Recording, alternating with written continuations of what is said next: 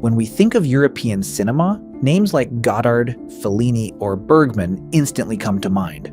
We think of high art, existential philosophy, and deep symbolism. But there is another side to European cinema, one that challenged the very boundaries of censorship, art, and human desire.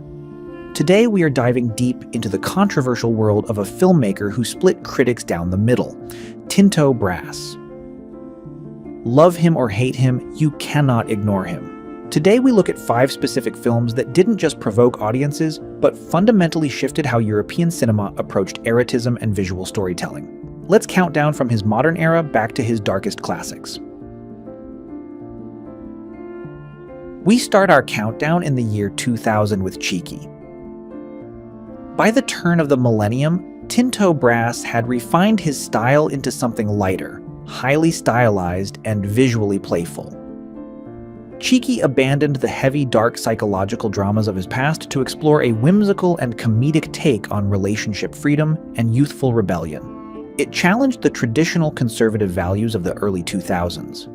Brass proved that cinema celebrating human pleasure could be mainstream, high-budget, and colorful, permanently cementing his unique signature style in modern pop culture.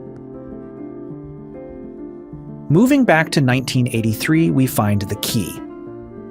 Set against the beautifully artistic and historical backdrop of 1940s Venice, this film is a masterful exploration of secrecy, jealousy, and deep human desires within a marriage. Instead of just delivering a bold story, Brass focused on creating an incredible retro atmosphere, using shadow, light, and classical music. The Key changed the narrative by proving to European filmmakers that erotic themes could be integrated with high-level production values, gorgeous cinematography, and intense psychological drama, making it a major milestone in his career. In 1994, Brass took a deeply psychological turn with The Voyeur. Based on a famous novel by Alberto Moravia, this film explored the complex concept of voyeurism, the act of watching and being watched. Here, the camera itself becomes an active character in the story. Brass challenged the audience directly, asking, "Why do we watch? What keeps us glued to the screen?" By turning the lens back on the viewer, The Voyeur opened up a brand new dialogue in European cinema about the deep psychology of desire and the very nature of cinema-going itself. Going further back to 1991, we come to one of his most famous works, Paprika. Moving away from political commentary, this film embraced a theatrical and almost celebratory approach to adult storytelling. Set in the 1940s, it follows a young woman who enters a brothel out of love for her fiancé, only to discover her own inner liberation and independence. Paprika shifted the traditional gaze of bold cinema. It wasn't just about objectification. It was about a woman owning her narrative in a complicated world. It showed the industry that adult drama could be colorful, lively, and empowering.